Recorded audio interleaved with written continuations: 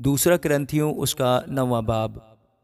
جو خدمت مقدسوں کے واسطے کی جاتی ہے اس کی بابت مجھے تم کو لکھنا فضول ہے، کیونکہ میں تمہارا شوق جانتا ہوں، جس کے سبب سے مقدونیہ کے لوگوں کے آگے تم پر فخر کرتا ہوں کہ اخیا کے لوگ پچھلے سال سے تیار ہیں اور تمہاری سرگرمی نے اکثر لوگوں کو ابھارا۔ لیکن میں نے بھائیوں کو اس لیے بھیجا کہ ہم جو فخر اس بارے میں تم پر کرتے ہیں وہ بے اصل نہ ٹھہرے، بلکہ تم میرے کہنے کے موافق تیار رہو۔ ایسا نہ ہو کہ اگر مقدونیہ کے لوگ میرے ساتھ آئیں اور تم کو تیار نہ پائیں تو ہم یہ نہیں کہتے کہ تم اس بھروسے کے سبب سے شرمندہ ہو۔ اس لیے میں نے بھائیوں سے یہ درخواست کرنا ضرور سمجھا کہ وہ پہلے سے تمہارے پاس جا کر تمہاری معاہدہ بخشش کو بیشتر سے تیار کر رکھیں، تاکہ وہ بخشش کی طرح تیار رہیں، نہ کہ زبردستی کے طور پر۔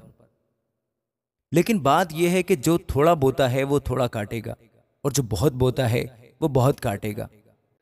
جس قدر ہر ایک نے اپنے دل میں ٹھہرایا اسی قدر دے، نہ دریغ کر کے اور نہ لاچاری سے، کیونکہ خدا خوشی سے دینے والے کو عزیز رکھتا ہے، اور خدا تم پر ہر طرح کا فضل کثرت سے کر سکتا ہے، تاکہ تم کو ہمیشہ ہر چیز کافی طور پر ملا کرے، اور ہر نیک کام کے لیے تمہارے پاس بہت کچھ موجود رہا کرے۔ چنانچہ لکھا ہے، اس نے بکھیرا ہے، اس نے کنگالوں کو دیا ہے، اس کی راست بازی ابد تک قائم رہے گی۔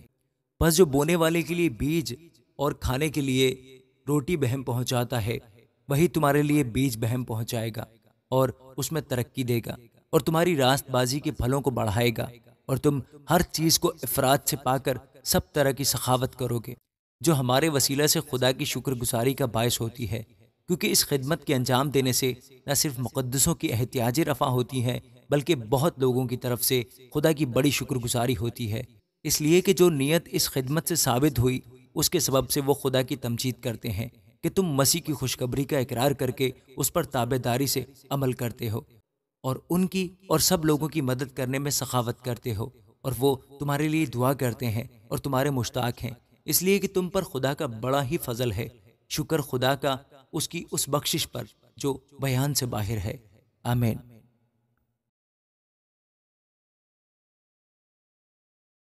دوسرا کرنتھیوں اس کا 10واں باب۔ میں پولوس جو تمہارے روبرو عاجز اور پیٹھ پیچھے تم پر دلیر ہوں، مسیح کا حلم اور نرمی یاد دلا کر خود تم سے التماس کرتا ہوں، بلکہ منت کرتا ہوں کہ مجھے حاضر ہو کر اس بے باکی کے ساتھ دلیر نہ ہونا پڑے جس سے میں بعض لوگوں پر دلیر ہونے کا قصد رکھتا ہوں، جو ہمیں یوں سمجھتے ہیں کہ ہم جسم کے مطابق زندگی گزارتے ہیں، کیونکہ ہم اگرچہ جسم میں زندگی گزارتے ہیں مگر جسم کے طور پر لڑتے نہیں، اس لیے کہ ہماری لڑائی کے ہتھیار جسمانی نہیں بلکہ خدا کے نزدیک قلعوں کو ڈھا دینے کے قابل ہیں۔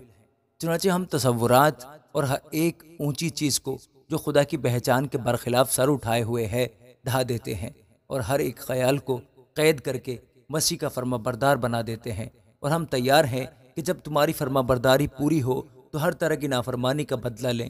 تم تو ان چیزوں پر نظر کرتے ہو جو آنکھوں کے سامنے ہیں۔ اگر کسی کو اپنے آپ پر یہ بھروسہ ہے کہ وہ مسیح کا ہے تو اپنے دل میں یہ بھی سوچ لے کہ جیسے وہ مسیح کا ہے ویسے ہی ہم بھی ہیں، کیونکہ اگر میں اس اختیار پر کچھ زیادہ فخر بھی کروں جو خداوند نے تمہارے بنانے کے لیے دیا ہے نہ کہ بگاڑنے کے لیے، تو میں شرمندہ نہ ہوں گا۔ میں اس لیے کہتا ہوں کہ خطوں کے ذریعے سے تم کو ڈرانے والا نہ ٹھہروں، کیونکہ کہتے ہیں کہ اس کے خط تو البتہ مؤثر اور زبردست ہیں، لیکن جب وہ خود موجود ہوتا ہے تو کمزور سا معلوم ہوتا ہے اور اس کی تقریر لچر ہے۔ بس ایسا کہنے والا سمجھ رکھے کہ جیسا پیٹھ پیچھے خطوں میں ہمارا کلام ہے ویسا ہی موجودگی کے وقت ہمارا کام بھی ہے، کیونکہ ہماری یہ جرت نہیں کہ اپنے آپ کو ان چند شخصوں میں شمار کریں یا ان سے کچھ نسبت رکھیں جو اپنی نیک نامی جتاتے ہیں، لیکن وہ خود اپنے آپ کو آپس میں وزن کر کے اور اپنے آپ کو ایک دوسرے سے نسبت دے کر نادان ٹھہرتے ہیں۔ لیکن ہم اندازہ سے زیادہ فخر نہ کریں گے، بلکہ اسی علاقہ کے انداز کے موافق جو خدا نے ہمارے لیے مقرر کیا ہے، جس میں تم بھی آ گئے ہو، کیونکہ ہم اپنے آپ کو حد سے زیادہ نہیں بڑھاتے جیسے کہ تم تک نہ پہنچنے کی صورت میں ہوتا، بلکہ ہم مسیح کی خوشخبری دیتے ہوئے تم تک پہنچ گئے تھے، اور ہم اندازہ سے زیادہ یعنی اوروں کی محنتوں پر فخر نہیں کرتے، لیکن امیدوار ہیں کہ جب تمہارے ایمان میں ترقی ہو تو ہم تمہارے سبب سے اپنے علاقہ کے موافق اور بھی بڑھیں۔ تاکہ تمہاری سرحد سے پرے خوشخبری پہنچا دیں، نہ کہ غیر کے علاقہ میں بنی ہوئی چیزوں پر فخر کریں۔ غرض جو فخر کرے وہ خداوند پر فخر کرے، کیونکہ جو اپنی نیک نامی جتاتا ہے وہ مقبول نہیں، بلکہ جس کو خداوند نیک نام ٹھہراتا ہے وہی مقبول ہے۔ آمین۔ دوسرا کرنتھیوں اس کا 11واں باب۔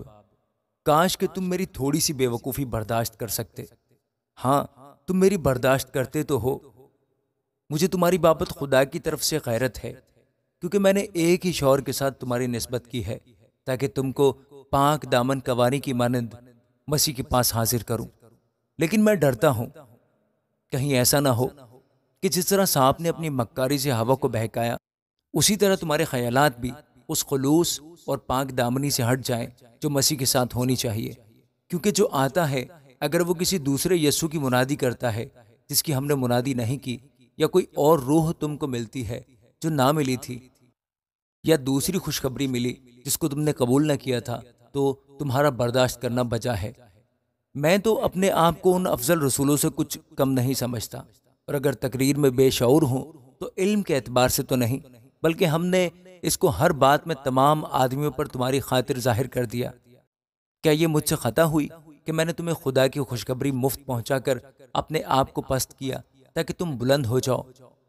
میں نے اور کلیسیاؤں کو لوٹا، یعنی ان سے اجرت لی تاکہ تمہاری خدمت کروں، اور جب میں تمہارے پاس تھا اور حاجت مند ہو گیا تھا تو بھی میں نے کسی پر بوجھ نہیں ڈالا، کیونکہ بھائیوں نے میقدونیہ سے آ کر میری حاجت کو رفع کر دیا تھا، اور میں ہر ایک بات میں تم پر بوجھ ڈالنے سے باز رہا اور رہوں گا۔ مسیح کی صداقت کی قسم جو مجھ میں ہے، اخیہ کے علاقہ میں کوئی شخص مجھے یہ فخر کرنے سے نہ روکے گا۔ کس واسطے؟ کیا اس واسطے کہ میں تم سے محبت نہیں رکھتا؟ اس کو خدا جانتا ہے، لیکن جو کرتا ہوں وہی کرتا رہوں گا، تاکہ موقع ڈھونڈنے والوں کو موقع نہ دوں، بلکہ جس بات پر وہ فخر کرتے ہیں اس میں ہم ہی جیسے نکلیں، کیونکہ ایسے لوگ جھوٹے رسول اور دغا بازی سے کام کرنے والے ہیں، اور اپنے آپ کو مسیح کے رسولوں کے ہم شکل بنا لیتے ہیں۔ اور کچھ عجب نہیں، کیونکہ شیطان بھی اپنے آپ کو نورانی فرشتے کا ہم شکل بنا لیتا ہے۔ پس اگر اس کے خادم بھی راست بازی کے خادموں کے ہم شکل بن جائیں تو کچھ بڑی بات نہیں، لیکن ان کا انجام ان کے کاموں کے موافق ہوگا۔ میں پھر کہتا ہوں کہ مجھے کوئی بے وقوف نہ سمجھے، ورنہ بے وقوف ہی سمجھ کر مجھے قبول کرو کہ میں بھی تھوڑا فخر کروں۔ جو کچھ میں کہتا ہوں وہ خدا کے طور پر نہیں، بلکہ گویا بے وقوفی سے اور اس جرت سے کہتا ہوں جو فخر کرنے میں ہوتی ہے۔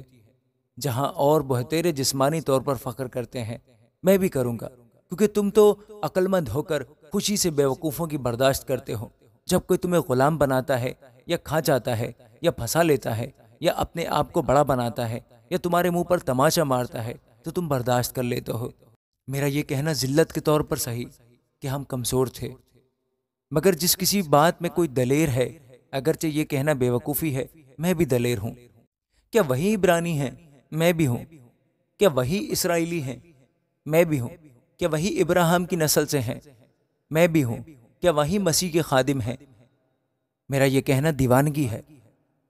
میں زیادہ تر ہوں، محنتوں میں زیادہ، قید میں زیادہ، کوڑے کھانے میں حد سے زیادہ، بارہا موت کے خطروں میں رہا ہوں۔ میں نے یہودیوں سے 5 بار ایک کم 40 کوڑے کھائے، 3 بار بینت لگے، 1 بار سنسار کیا گیا، 3 مرتبہ جہاز ٹوٹنے کی بلا میں پڑا، 1 رات دن سمندر میں کاٹا۔